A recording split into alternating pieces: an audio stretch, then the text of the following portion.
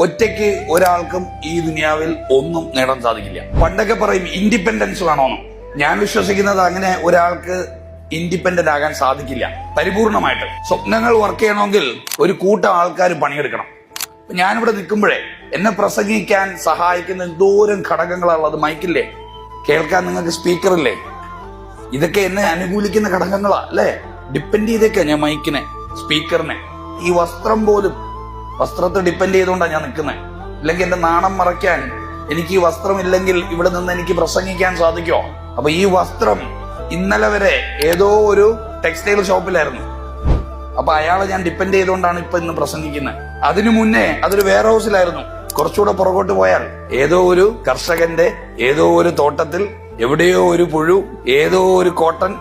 തിരിഞ്ഞു ചിന്തിച്ചാൽ എത്ര പേരുടെ കാരുണ്യം കൊണ്ടാണ് നമുക്ക് ഇന്ന് ഈ പ്രോഗ്രാം ഇവിടെ നടത്താൻ സാധിക്കുന്നത്.